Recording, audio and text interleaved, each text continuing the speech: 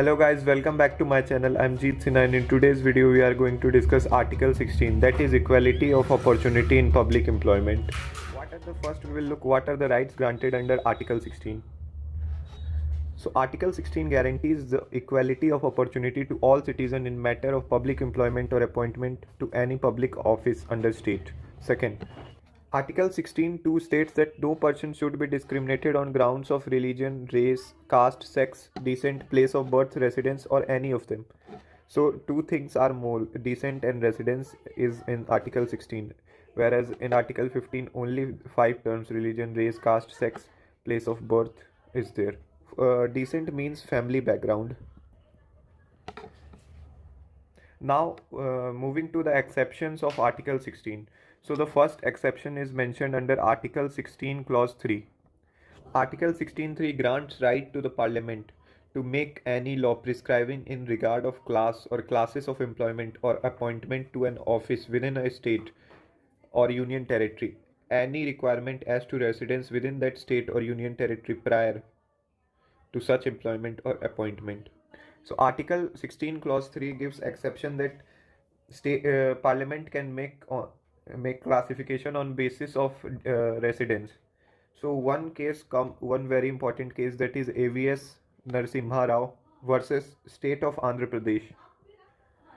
So इस case में क्या हुआ था, जो वहाँ की तेलंगाना जो आंध्र प्रदेश की गवर्नमेंट थी, उन्होंने रेसिडेंस के बेसिस पे गवर्नमेंट सर्विसेज दी थी तेलंगाना में, तो कोर्ट ने इसे रिजेक्ट कर दिया था। कोर्ट ने कहा था कि जो रिजर्वेशन है रेसिडेंस के बेसिस पे वो दिया तो जा सकता है, लेकिन वो पूरे स्टेट में होना चाहिए, ना कि कोई एक पार्टिकुलर डिस्ट्रिक्ट जो कि तेलंगाना में आंध्र प्रदेश के गवर्नमेंट ने दिया था।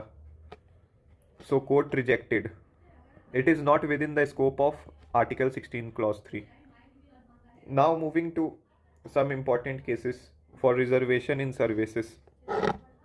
So the first case is Balaji versus State of Mysore. So if you haven't watched my previous video, I recommend you to watch that video. In that video I have talked about Balaji versus State of Mysore in detail. So I will give you a brief idea in this video. So in Balaji versus State of Mysore, the Mysore government have given total 68% reservation to the people in medical college on the basis of medical and engineering college on the basis of caste. Supreme Court has settled 50% ceiling limit that not more than 50% should be given in any case, as it would be unfair for the people who are coming on the merit basis. तो ये जो merit basis पे लोग आते हैं उनके लिए बहुत हार्मफुल होगा कि अगर रिजर्वेशन 50% से ज़्यादा दिया जाए अगर पब्लिक एम्प्लॉयमेंट में। तो सुप्रीम कोर्ट ने ये भी कहा था कि कास्ट रिजर्वेशन सही है, लेकिन caste reservation is good, but caste should not be the sole criteria for reservation. तो ये सब सुप्रीम कोर्ट ने स्टेट किया था इस केस में, और आप अगर डिटेल में जानना चाहते तो आप मेरे आर्टिकल 15 वाले वीडियो को देख सकते हैं। सो अब जो नेक्स्ट केस आता है वो T Devadasan versus union of India. T Devadasan का केस बहुत इंपॉर्टेंट है क्योंकि इस केस में कैरी फॉरवर्ड रूल, तो कैरी फॉरवर्ड रूल मैं पहले आपको बता देता हूँ कि कैरी फॉरवर्ड रूल क्या होता है। तो कैरी फॉरवर्ड रूल एक ऐसा रूल हुआ, अगर मान लीजिए गवर्नमेंट ने किसी साल 50% रिजर्वेशन दी है और उसने मात्र 25% रिजर्वेशन फुलफिल कर पाई, तो नेक्स्ट ईयर जो रिमेनिंग 25% है वो 50% में ऐड हो जाएगा, जो कि हो जाएगा टोटल 75% रिजर्वेशन। सो ये है कैरी फॉरवर्ड रूल। जैसे अगर कोई भी एक रिमेनिंग ईयर में, एकेडमिक ईयर में या फिर कोई भी ईयर पीरियड में अगर वो गवर्नमेंट जॉब नहीं दे पाती है जितना प्रिस्क्राइब्ड है, तो जो परसेंटेज बचा हुआ होगा उसको नेक्स्ट ईयर वो गवर्नमेंट देगी। Supreme court declare that 50% reservation of post in a single year would be unconstitutional per se Article 16 Clause 1. Court emphasized in the name of advancement of backward communities, the fundamental rights of other communities should not be completely annihilated. Supreme court ने कहा था कि backward community को ध्यान में रखना तो चाहिए, लेकिन और कम्युनिटी की भी राइट्स को एकदम से खारिज नहीं कर देना चाहिए। सो बाय मेजोरिटी ऑफ 4:1 कोर्ट ने ये कहा था कि आर्टिकल 16(4) और an exception of 16 clause 1, article 16 clause 4 जो है वो एक एक्सेप्शन है 16 क्लॉज 1 का। सो इसके इफेक्ट से it should not be interpreted so as to nullify और destroy the main provision. So T Devadasan के केस में कहा था कि 16 clause 1 is greater than 16 clause 4। So the main provision जो कि 16 क्लॉज 1 है इस पे ज़्यादा फोकस होना चाहिए, और इसको इंक्रीज करने के चक्कर में जो मेन है उसको बिल्कुल ही शैडो में नहीं लाना चाहिए। तो ये कंटेंशन था कोर्ट का। तो अब नेक्स्ट केस की ओर बढ़ते हैं। तो नेक्स्ट केस है state of Kerala versus NM Thomas. So state of Kerala versus NM Thomas के केस में सुप्रीम कोर्ट ने ये कहा था कि 16 क्लॉज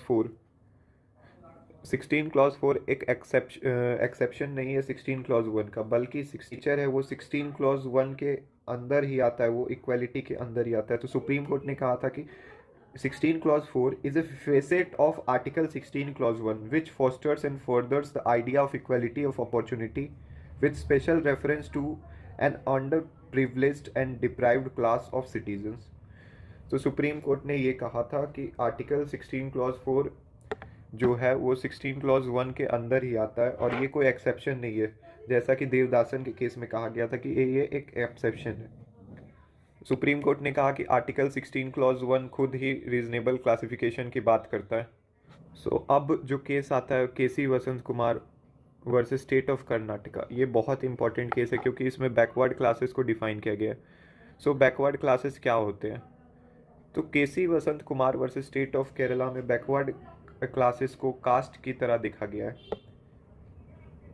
इसमें जो 5 जजेस की बेंच सेटअप की गई थी, 5 जजेस में से मेजोरिटी जजेस का ओपिनियन था कि caste based reservation is good because in India we are lacking often lower caste means lower class people which belongs from lower caste are socially and educationally backward। Chandrachud chief justice ने 2 test इसमें apply किया गया था for identifying backward class. जो पहला test था, they should be comparable to the schedule caste and schedule tribes in a matter of their backwardness. कोई backward class को कंपेयर करने के लिए कोई भी अगर शेड्यूल कास्ट और शेड्यूल ट्राइब से कंपेरेबल है तो वो भी इसके अंदर आएगा। दूसरा दूसरा जो test, they should satisfy the means test, that is the test of economic backwardness laid down by state government in the context of prevailing economic condition। Second जो टेस्ट चीफ जस्टिस चंद्रचूड़ ने किया था वो था इकोनॉमिक टेस्ट। तो ये 2 test था backward classes के लिए। देसाई जस्टिस ने was against caste, caste being regarded as a major determinant of backwardness। He argued that if state patronage for preferred treatment accept caste as the only insignia for determining social and educational backwardness, the danger looms large that this approach alone would legitimate and perpetuate caste system which contradicts secular principle and also runs against Article 16 Clause 2। Justice Desai का ये opinion था कि जो cast based reservation ये सही नहीं है, लेकिन जो मेजोरिटी जजमेंट थे जैसे कि जस्टिस चिन्नप्पा रेड्डी ने ये कहा था कि poverty, caste, occupation and habitation are the principal factors contributing to social backwardness. Caste के प्रति उनका व्यू था कि caste system as a firm link with economic power. Caste उन्होंने कहा था कि caste is the primary index of social backwardness.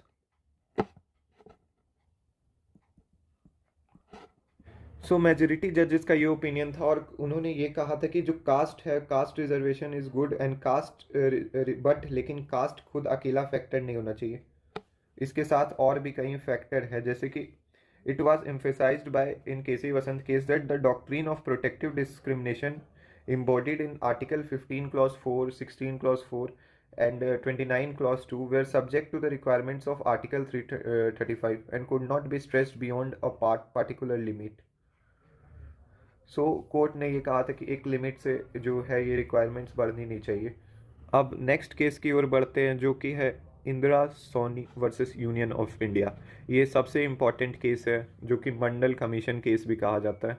Indira Soni का केस इतना इम्पोर्टेंट है कि ये कह सकते हैं रिजर्वेशन का सबसे इम्पोर्टेंट केस है और इसमें सबसे ज़्यादा जजेस की बेंच बैठी थी। इसमें 9 जजेस की बेंच बैठी थी, टोटल 9 जजेस बेंच वेयर क्योंकि ये बहुत इंपॉर्टेंट इशू था, क्योंकि इस बेंच को ये डिसाइड करना था क्या कास्ट बेस्ड रिजर्वेशन गुड है, फर्स्ट। सेकेंड पॉइंट ये था कि क्या जो रिजर्वेशन है कैरी फॉरवर्ड रूल सही है। थर्ड, इसने क्रीमी लेयर के कॉन्सेप्ट को डेवलप किया था, ये केस इसलिए भी बहुत इंपॉर्टेंट है। Fourth, reservation in promotion. So in इस केस से ये 4 पॉइंट बहुत क्लियर हुआ था। तो सबसे पहला कास्ट रिजर्वेशन की बात करते हैं। इस पर कोर्ट ने ये कहा कि जो क्लासिफिकेशन है, the classification is not on the basis of caste but on the ground that caste is found to be backward class not adequately represented in the services of state. Supreme court ने कहा कि caste ही often backward classes को represent करता है। Lower India में lower caste का मतलब बैकवर्ड क्लास सिटीजन से कंपेयर कर सकते हैं। SC ST इन लोगों को रिप्रेजेंटेशन का बहुत कम मौका मिलता है स्टेट सर्विसेज में। तो सुप्रीम कोर्ट ने यही कहा कि basically cast reservation is essential because caste can be compared with the class. Lower caste people are usually socially and educationally backward. Second point जो है वो है carry forward rule. Carry forward rule का मतलब, सुप्रीम कोर्ट ने ये कहा कि कैरी फॉरवर्ड रूल जो है वो 50% से ऊपर नहीं होना चाहिए, जो कि total limit ceiling limit fix की गई थी केस में, कि बालाजी के केस में ये फिक्स की गई थी 50% सीलिंग लिमिट होनी चाहिए। तो वही उसी को स्टेट करते हुए कोर्ट ने कहा कि अगर हर किसी भी केस में कैरी फॉरवर्ड रूल के अनुसार अगर 50% से इंक्रीज करती है नंबर तो वो वैलिड रिजर्वेशन नहीं होगी। थर्ड है क्रीमी लेयर। कोर्ट ने इस कंसेप्ट को इस्टेब्लिश किया। क्रीमी लेयर का मतलब है कि जो पर्सन बेनिफिट ले चुके हैं रिजर्वेशन का, जैसे कि कोई पर्सन बेनिफिट लेके एक बहुत अच्छे पोजीशन पे जा चुके हैं, मान लीजिए IAS के पोजीशन पे, तो अब उनके जो बच्चे होंगे तो वो सोशली एंड एजुकेशनली बैकवर्ड नहीं अब होंगे, तो अब उनका सोशल स्टेटस भी अपलिफ्ट हो चुका है, तो अब उनको रिजर्वेशन नहीं मिलना चाहिए। तो ये अब स्टेट की ड्यूटी होगी कि वो जो क्रीमी लेयर है उस पर्टिकुलर स्टेट का, पर्टिकुलर अपने एरिया का पता करे और उनको रिजर्वेशन से एग्जेम्प्ट करे, क्योंकि अब वो सोशली और एजुकेशनली बैकवर्ड नहीं रहे। चौथा पॉइंट जो अब कोर्ट ने कहा था कि रिजर्वेशन इन प्रमोशन। प्रमोशन के केस में सुप्रीम कोर्ट ने कहा कि प्रमोशन जो है वो मेरिट बेसिस पे होना चाहिए, तो वो रिजर्वेशन के रूल से एक्सक्लूडेड है। तो ये थे पूरा इंदिरा सोनी, और एक वर्टिकल और हॉरिजॉन्टल रिजर्वेशन की भी क्लासिफिकेशन की गई। वर्टिकल SC ST और OBC को जो रिजर्वेशन दिया जाता है वो उसके वर्टिकल रिजर्वेशन कहते हैं, जबकि फिजिकली हैंडीकैप्ड पर्सन को रिजर्वेशन दिया जाए तो उसे हॉरिजॉन्टल रिजर्वेशन कहते हैं। अब हम लोग देखेंगे कि क्या क्या कॉन्स्टिट्यूशनल अमेंडमेंट्स हुए थे जो कि कैरी फॉरवर्ड रूल और प्रमोशन से रिलेटेड है। हम लोग सबसे पहले देखेंगे प्रमोशन से रिलेटेड क्या क्या कॉन्स्टिट्यूशनल अमेंडमेंट्स हुए थे। तो सबसे पहला जो है वो है 16 क्लॉज 4A में, जो कि 77th अमेंडमेंट है। 77th अमेंडमेंट में ये कहा गया था कि promotion also should be given in reservation should be given in the case of promotion also. Second जो अमेंडमेंट है वो है 81st अमेंडमेंट। 81st अमेंडमेंट में ये कहा गया था कि कैरी फॉरवर्ड रूल वैलिड है, carry forward rule is valid, carry forward rule can exceed up to 50% also. Supreme court ने कहा था कि जो ये वैकेंसीज कैरी फॉरवर्ड में दी जाती है वो डिफरेंट है, they are different from the normal vacancies and they are not part of 50%। The rule of 50% reservation laid down by supreme court is to be applied only to the normal vacancies and not to the post of backlog of reserved vacancies। तो ये कहते हुए ये कहा गया 16/4 add करते हुए parliament ने ये कहा था कि कैरी फॉरवर्ड रूल भी बहुत इंपॉर्टेंट है। तो अब ये थी पूरी डिटेल 16 क्लॉज 4 से रिजर्वेशन की, और ये केसेस बहुत इंपॉर्टेंट है। ये 5 केस ही 16 क्लॉज 4 या फिर रिजर्वेशन इन एम्प्लॉयमेंट के लिए बहुत ज़्यादा इम्पोर्टेंट है। वीडियो को देखने के लिए धन्यवाद। आशा करता हूँ आपको वीडियो पसंद आया हो। Thank you.